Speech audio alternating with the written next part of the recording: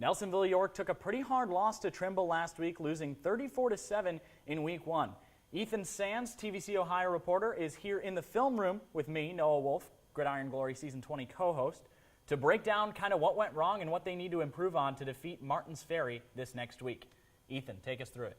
All right, Noah, so here we go. You see Mikey Seal take the ball, hands it off, and he gets stuffed. The running back gets stuffed at the line by the defensive front. This was the story all game.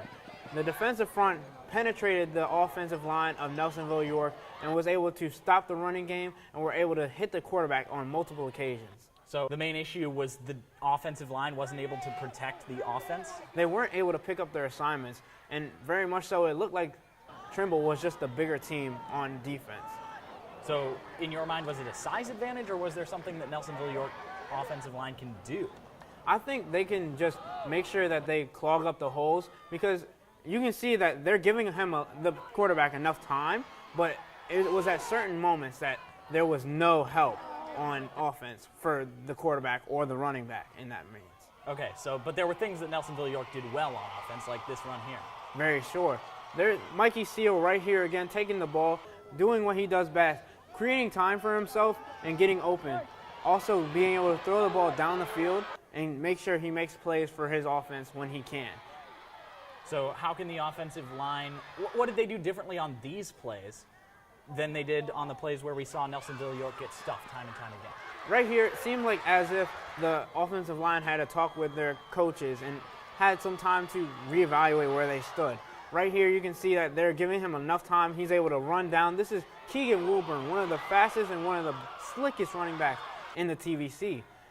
So just giving him enough time to make his move and get up the field gives him enough time to make yardage. All right, so the offensive line needs to improve to allow NY's explosive offense to really explode. But how about on the defensive side of the ball? What did Nelsonville York do to give up 34 points against Trimble?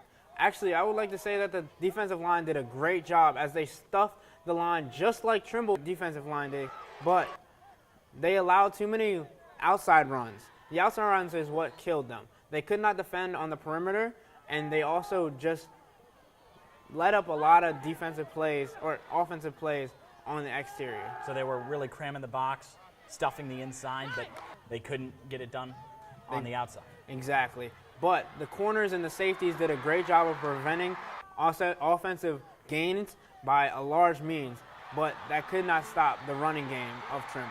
All right, so give me 4 things that either Nelsonville York needs to continue from their game against Trimble or what they need to improve on to beat Martins Ferry. 1, fatigue. Throughout the game, you could see that both teams were getting tired. There was multiple occurrences of cramps and just not being in shape enough for Week 1. We see that a lot in most football games.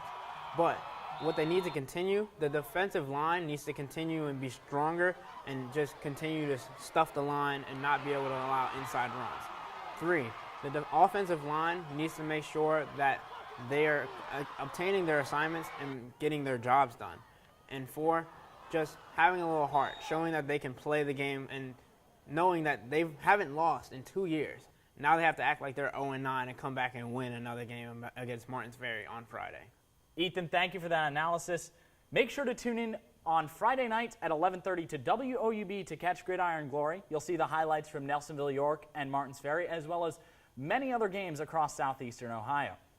Make sure to also follow @Gridiron Glory on Facebook, Snapchat, and Twitter, and keep up with all of our online content at woub.org/gridiron. For Ethan Sands, I'm Noah Wolf.